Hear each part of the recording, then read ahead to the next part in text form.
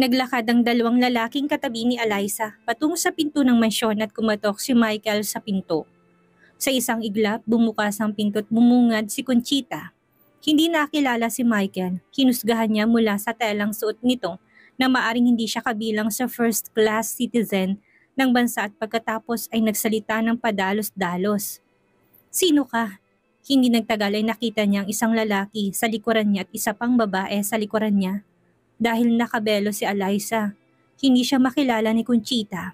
Hindi niya nakilalang lalaking nasa likod ni Michael dahil nakayuko ito. Ako si Michael Aliman, pagdeklara ni Michael. Napakunot ang noo ni Conchita sa gulat nang makitang konektadong lalaking nasa harap niya sa pamilya ng Aliman. Mabilis siyang nagpakumbaba at sinabi, "Oh my, so nice to meet you Mr. Michael. Andito ka ba para makita ako?" Maamo na ngayon ang boses niya. "Narito ako para makipagkita sa mayor," sabi niya. "Oh, may sakit si mayor. Pero pwede ka pa rin pumasok." Sumenya si Conchita at pumasok ng 3 taong nasa harap niya.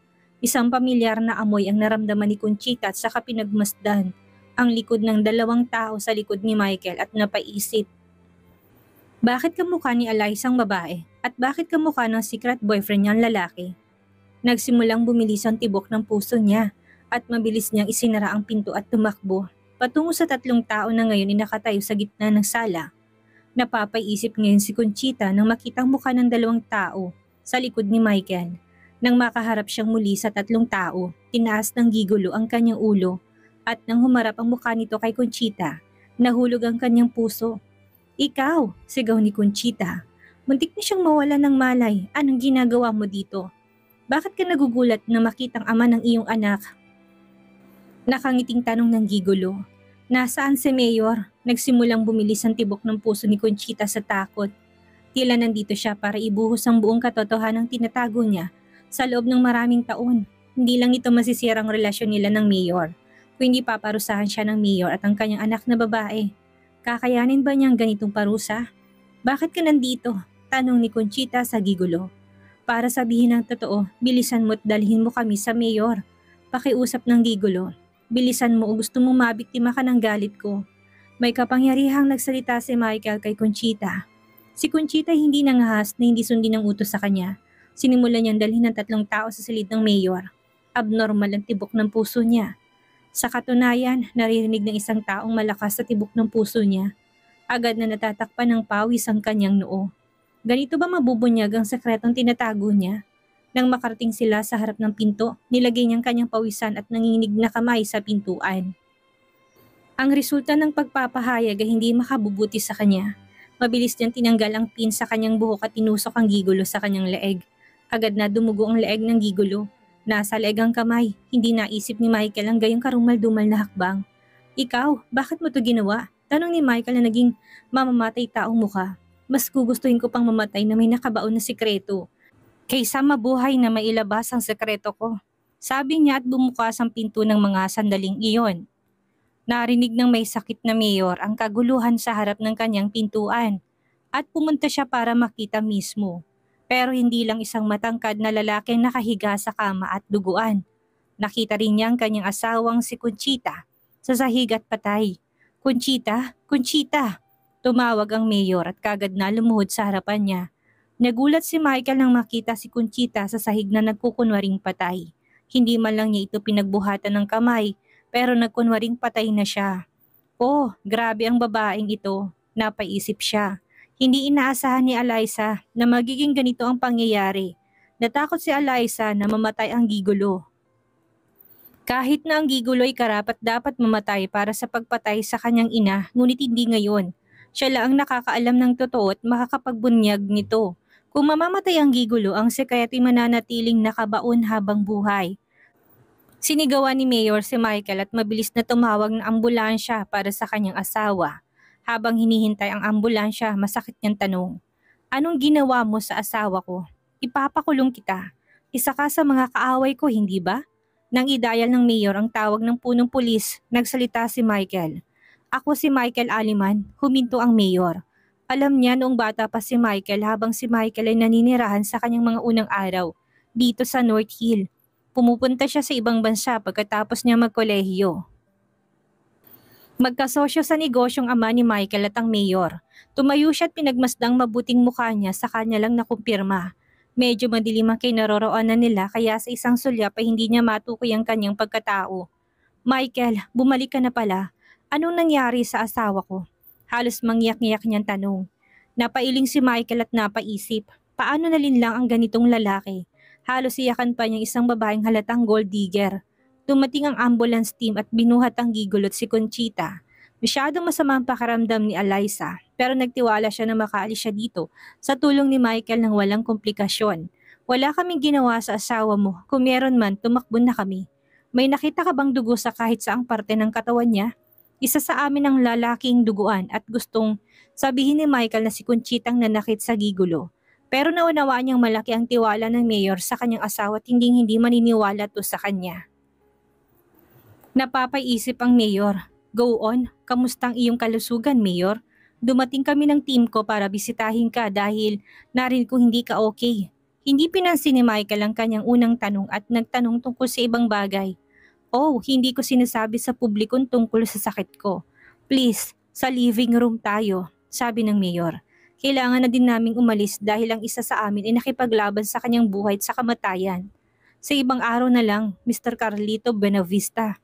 Sabi ni Michael pero mabilis na idinagdag. At kamusta si Eliza, anak mo, mabaka sa mukha ni Carlitong kalungkutan. At sumagot siya ng, patay na siya. Patay? Ikaw sigurong may kasalanan kung bakit siya namatay. Bakit hindi mo siya pinrotektahan? Tanong ni Michael. Napabuntong hininga si Carlito. Sobrang komplikado. Minsan iniisip ko ng anak ko siya dahil mahal ko siya. Minsan iniisip ko na hindi ko siya anak dahil marami akong ebidensya na hindi ko siya anak. Pero nang marinig kong tungkol sa pagkamatay niya, pakiramdam ko may bahagi sa akin na matay din. Nasaktan ako at hindi na ako makakain at hindi na makatulog. Kita mo, pumapayat na ako. Alam mo bang sumasama ang pakiramdam ko dahil sa pagkamatay niya? May luha na sa mukha nito. Nagsimulang umiyak si Eliza sa ilalim ng kanyang belo. Hindi niya napigilan ang sarili. Noon pa man ay mahal na niya ang kanyang ama sa kabila ng pagiging malupit ng kanyang ama sa kanya sa paglipas ng mga taon. Ang hindi niya alam ay mahal pa rin siya ng kanyang ama ng palihim pero hanggat kasama niya si Conchita, imposibleng kilalanin siya bilang tunay na anak. Sobrang sakit niyan, sigaw ni Carlitong hindi nahiya sa presensya ng dalawang taong nasa harapan niya. Mahal mo bang asawa mo? Mr. Carlito, ibig ko sabihin ang iyong bagong asawa, tanong niya. Tumingin si Carlito kay Michael at bumuntong hininga. Oo, mahal ko si Conchita. Makatwiran na ngayon kay Michael kung bakit madaling malinlang si Carlito. Ang sino mang umiibig ay nabubulag. Kaya pala sinasabi nila na love is blind. Mag-usap pa tayo sa ibang araw, Mr. Carlito. Sabi ni Michael at sananyasan si Eliza. Na umalis na lang sila sa kanapatingin si Carlito kay Eliza. Bakit parang si Eliza ang nakatayong babaeng ito at bakit nakatakip ang mukha niya ng belo? Napaisip si Carlito. Pwede ko bang tanungin ko sino ang taong ito? Tanong ni Carlito kay Michael. Sinanyasan si Eliza. Siya ang personal assistant ko. Naaksidente siya at nasira ang mukha. Simula noon, tinatakpan na niya ang mukha niya. Pagkasabi ni Michael nito, umubo si Eliza. Ito ay isang reflex action na hindi niya makontrol. Eliza, excuse me? Bulalas ni Michael samantalang tumibok na mabilis ang puso ni Eliza. Nang marinig niyang tinawag siya ng kanyang ama sa kanyang pangalan. Siyempre, tatay niya ito kaya madali para sa kanya na makilala siya sa kanyang pag-ubo lang. Kaya lang hindi pa siya handang ihayag ang katotohanang buhay pa siya. Si Eliza yan. Turo ni Carlito kay Eliza na natiling tahimik lang. Hindi ba kasasabi mo lang sa akin na patay ng anak mo? Pero sinasabi mong anak mo ang personal assistant ko? Naiintindihan ko na hindi ka pa maayos sa ngayon. Pero please, control yourself. Alis na kami. Sabi ni Michael sa kinakay si Eliza papasok sa kanyang sasakyan at mabilis na pinaandar. Hindi ba si Eliza yon? Napaisip si Carlito. Bakit parang halos parehong boses niya kay Eliza? Bumuntong hininga siya at napagpasyang baka masyado lang siyang maraming iniisip. Kung tutuusin, naging malungkot siya mula nang mamatay si Eliza. Samantalang nakarinig si Tyrone ng isang katok sa pinto ng kanyang kwarto. Sa oras na siya'y nakahiga pa rin sa kanyang kama. Nagmumuni-munit iniisip si Eliza. Imposibleng tumigil siya sa pag-iisip tungkol sa kanya. Sino yan? Tumago sa pintong malakas at matigas ng boses. Ako to, Esmeralda? Tugon ng isang maliit na boses.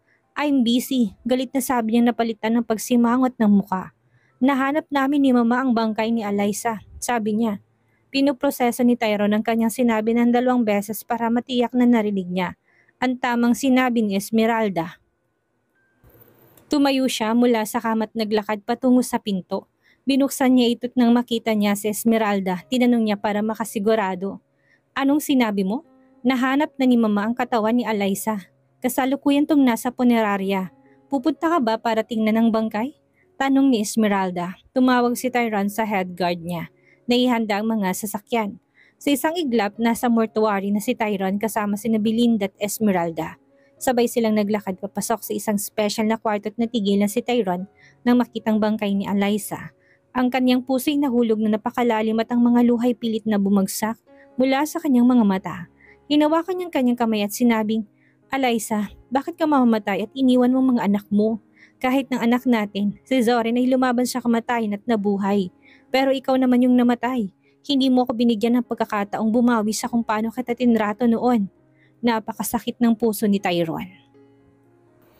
Lumuhod siya sa tabi ng kama at nilagay ang kamay sa noo nito.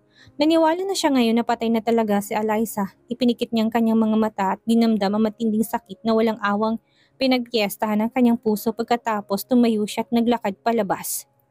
Nang makarating na siya sa kanyang sasakyan, malungkot siyang sumandal dito at tumingin kay Esmeralda at Belinda habang papalapit sila. Gusto niyang tanungin si Belinda kung saan niya nakitang bangkay ni Alyssa pero wala rin itong lakas.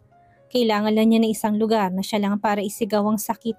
Nang nasa harap na niyang 2 babae at nakita niya magsasalita na si Belinda, pinatong niyang kanang kamay sa balikat ni Belinda at sinabing, gaganapin ang kasal namin ni Esmeralda sa Sabado sa V-Hotel.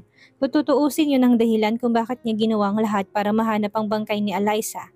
Please, sana maunawaan yung kalagayan ko ngayon. I need my space for now. Pumasok si Tyrone sa sakyan at pinaharurot at naiwan ang 2 babae doon.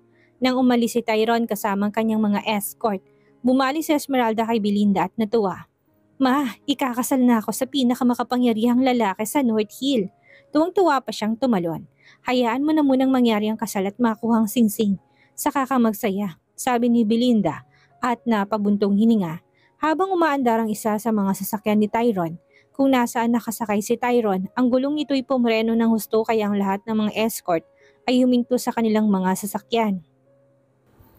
Hindi ka ba nag-check ng sasakyan bago ilabas ito? Sigaw ni Tyrone sa kanyang driver na nagmamaneho. Bad mood na siya. Lumabas siya katulad ng driver at lahat ng kanyang mga escort. Ang mga gwardiya ay nagtipon sa paligid ng kotse na sinusubukang hanapin kung anong mali at ayusin to.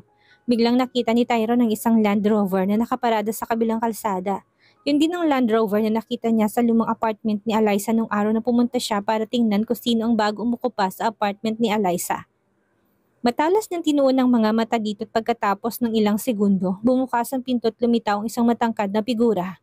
Michael, bulalas ni Tyrone habang pinagmamasdan ng pinsan niyang lalaki nakatayo sa likod ng pinto ng kanyang sasakyan.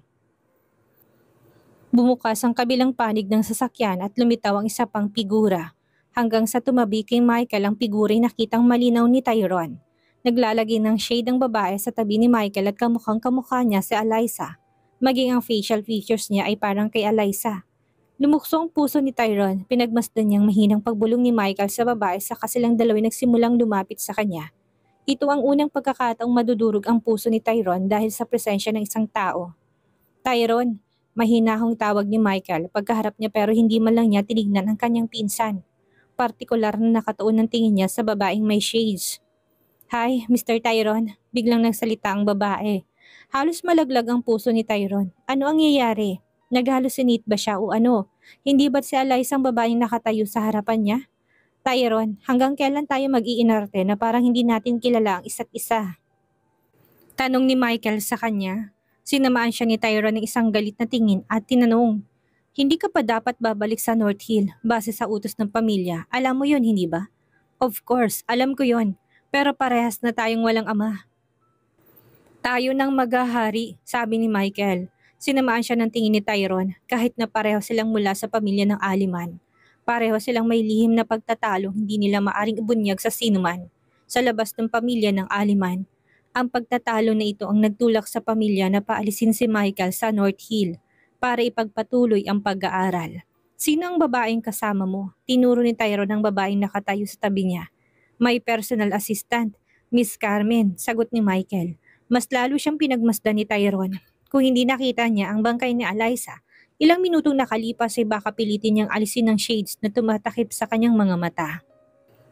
Siguro, may pagkakahawig lang siya kay Eliza. Narinig kong namatay ang kabit mo, Mr. Tyrone. Umaasa akong magiging okay ka din. Sabi niya. Salamat, sagot ni Tyrone sa kanya at pagkatapos ay sinabi kay Michael. Anong ginagawa mo dito? Dumaan lang kami at nakita ko may sira ang sasakyan mo.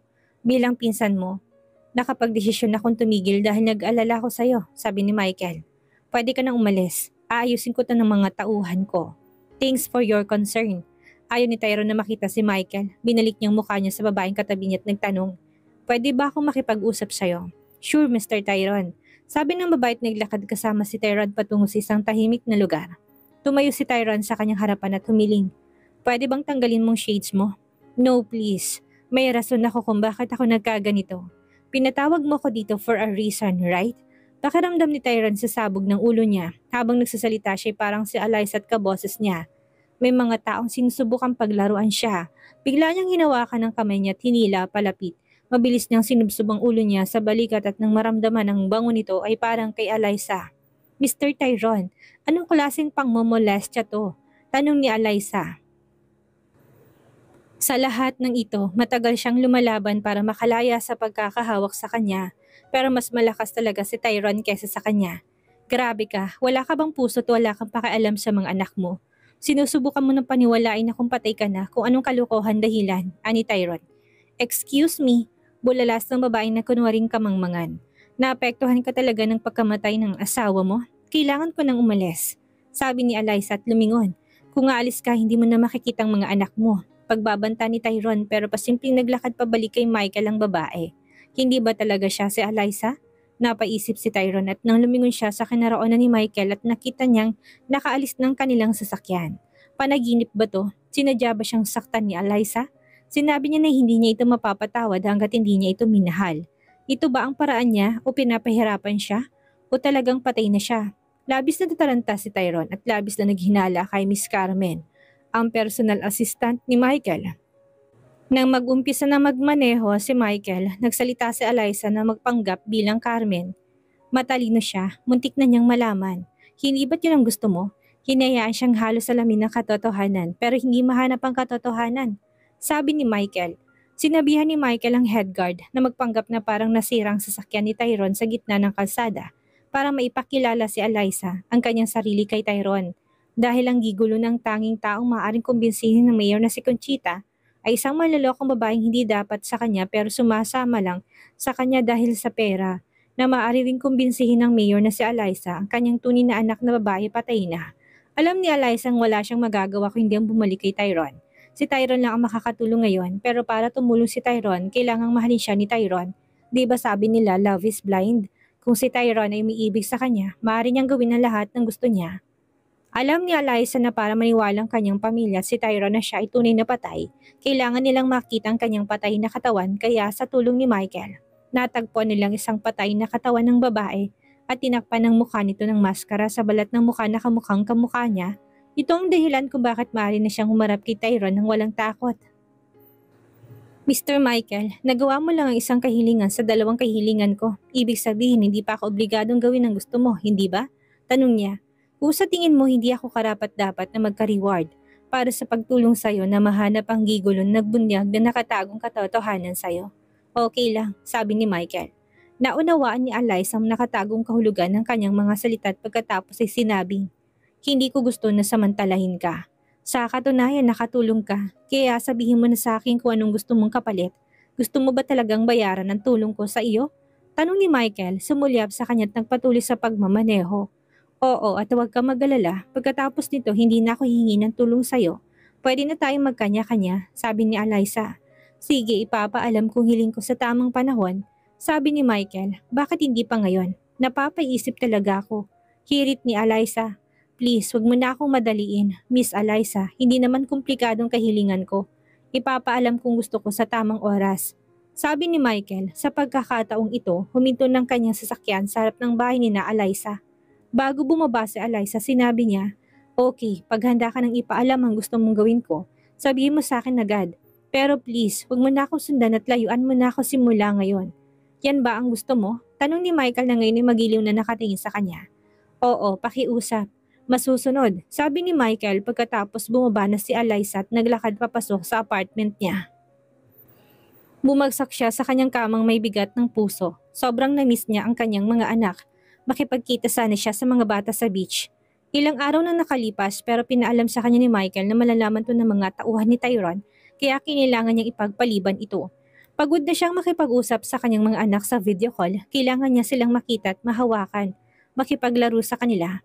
Parang impyerno na isang linggong wala sila, gayunpaman, kailangan niyang pagmamahal ni Tyrone at pagpanggap na patay na at labis na nangungulila si Tyrone sa kanya at kasabay nito ang pagpapalito sa kanya tungkol sa kung patay na ba siya o hindi pa at ang tanging parang makakasira sa kanyang matigas at malamig na puso. Biglang may kumatok sa kanyang pintuan at bago pa man siya makatayo para tingnan kung sinong nasa pintuan, bumukas ang pinto at lumitaw ang isang gwapo at marangal na figura. Mr. Tyrone? Halos mabulunan si Eliza na makita siya. Mr. Tyrone, anong ginagawa mo dito? Tanong ni Eliza na may mabilis sa tibok ng puso, kahit naka-shades pa rin siya. Hindi niya mapigilan ang takot na namumuo sa kanyang puso. Pakiramdam niya malalaman na niya ang katotohanan. Hindi ako pumunta rito para sa'yo. Nandito ako para makita yung taong nakatira dito. Ani Tyrone. Sa sandaling umalis si Michael mula sa kung saan nasira ang kanyang sasakyan. Sinulat ni Tyrone ang plate number ng kotse ni Michael at pinadala ito kay Benji, na sinasabi sa kanya na subaybayan ang huling destinasyon ng kotse. Pinaalam sa kanya ni Benji na ang huling destinasyon ng sasakyan ay sa lumang apartment ni Eliza. Siya na mismo nagmaneho doon nang hindi nagpapaalam dahil malapit na magdilim. Alam ni Eliza ang babaeng tinutukoy ni Tyrone. Ito ang babaeng ipinadala ni Michael para pansamantalang tirhan ng lugar na ito nang dumating si Tyrone dito ilang araw na nakalipas. Oh, nag-out of town siya. Magkaibigan ba kayo? Tanong ni Eliza. Ikaw ang dapat kong tanungin kung kaibigan mo siya o baka ka-roommate mo siya. Sabi ni Tyrone na may sardonic na ngisi sa labi. Dagdag pa niya, kahit sa loob ng bahay mo, nagsusuot ka pa rin ng shades. Hindi ako makakita ng malinaw kung wala ang shades. Sabi ni Eliza. Dahil sila lang ni Tyrone ang nasa bahay, alam niyang maaring pilitin ni Allison ni Tyrone ng shades sa kanya kaya kailangan niya makaisip ng dahilan sa likod ng shades ng kanyang mga mata. Tumango si Tyrone at 2 beses sumakbang papasok sa loob. Inilibot niyang tingin sa kwarto saka muling binalikan tingin sa kanya. 5 segundo pa tong hindi umimik, parang may iniisip na malalim. Miss Carmen, pwede ba tayong maging magkaibigan? Tanong ni Tyrone. Naisip niya ng pagpapanatiling malapit kay Eliza ay malulutas ang misteryo na nasa kanyang isipan. Napakahirap, isang misteryong makitang bangkay ni Eliza at ang isang taong kamukhang kamukha ni Eliza kasama kanyang kapatid sa isang araw lang. Para malutas to, kailangan niya maging malapit sa kanya. Bakit? Ngayon lang tayo nagkita at literal na sinaktan mo ko, pero gusto mong maging kaibigan tayo? Mataring nasabi ni Eliza. Ang kanyang boses ay ganap ng walang emosyong hindi katulad ng emosyonal na si Eliza ang kilala ni Tyrone. Lumakad palapit sa kanya si Tyrone at sinabing, I'm sorry kung nasaktan kita. Ang biglang pagkamatay ng dati kong asawang dahilan kung bakit wala ako sa tamang pag-iisip. Kaya kita nasaktan. Napatingin si Eliza, sakit niyang mukha at napabuntong hininga. Masyado pang maaga para maging magkaibigan tayo. Wala pang 24 hours. May idea ka ba kung sino ako? Tanong niya. Tyrone Aliman ang pinakamakapangyarihang tao sa North Hill, sabi ni Eliza. Kailangan niya ng oras para isipin ang posibleng advantage at disadvantage na pagsang-ayon na maging kaibigan siya. Bakit biglang susulpot si Tyrone at ang gusto makapagkaibigan sa kanya? Good, alam mo rin ba na magkakaroon ako ng ingranding kasal sa aking asawa? 5 araw simula ngayon? Sinadya ni Tyrone makitang reaksyon nito. Halos maubong puso ni Eliza sa narinig niya. Paano nila ito napag-usapan kaagad? Ang opisyal na pagpapakasal kay Esmeralda ay maaring malagi sa panganibang buhay ng kanyang mga anak. Bibigyan na karapatan si Esmeralda na maging ina sa kanila dahil siya ang magiging opisyal na asawa ni Tyrone Aliman. Sa katunayan, imposibleng siya ay madaling mapaalis ni Tyrone dahil literal itong papadala kay Esmeralda para pirmahan ang divorce paper ni Tyrone. At anong mangyayari sa kanya? Malamang na itatapon siya sa North Hill nang walang kanyang mga anak. Hindi ba mas mabuti para sa kanyang mamatay kaysa maranasan ng ganong kakilakilabot na kapalaran? Baka sa mukha ni Eliza ang pagkagulat, kahit anong pilit niyang itago, natatakot pa rin siya. Patuloy ni Tyrone. Kapag ako ikinasal na sa asawa kong si Esmeralda, siya magiging pinakamakapangyarihang babae sa North Hill. At siya'y katatakutan tulad ng takot sa akin ng tao. Ginagalang tulad ng kung paano ako'y ginagalang. Tulad ng isang reyna, kaya niyang papaalis ang sinumang palabas ng North Hill. Natatakot na tumingin si Eliza kay Tyrone habang sinasabi to. Alam niya sinasadya ni Tyrone ang lahat ng ito talagang maepekto ito sa kanya. Anong gagawin ni Eliza ngayon ng kaisa-isang taong tanging nagpapatunay na kasamaan ni Conchita ay patay na? Matuloy kaya ang kasal ni Tyrone kay Esmeralda? Ano ang gagawin ni Eliza sa nalamang ito? Yan ang ating aalamin sa susunod nating kabanata.